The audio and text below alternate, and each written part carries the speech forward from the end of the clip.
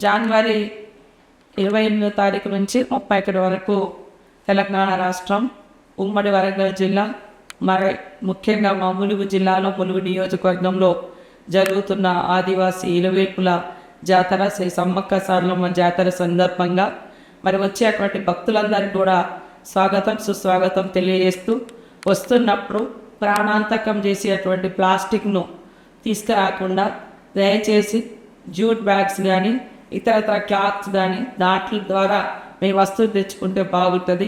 Plastic వచ్చి అక్కడ పర్యావరణాన్ని మొత్తం దెబ్బతీయడమే కాకుండా తల్లుల వెలుగులో తల్లుల ఆ దీవెనతో మరి ఎంతో స్వచ్ఛందంగా అంటే స్వచ్ఛతతో బతుకుతున్నటువంటి ఆ ప్రాంతము, అదేవిధంగా ఆ ప్రాంత ప్రజల మీద ఈ ప్లాస్టిక్ అనేది ఒక భూతంలాగా మరి విషప్రయోగం జరుగుతుంటుంది. కాబట్టి ప్లాస్టిక్ రహితంగా మేడారం జాతరను నిర్వహించుకోవాలని మేము ఎన్నో సంవత్సరాలుగా కోరుకుంటా ఉన్నాం.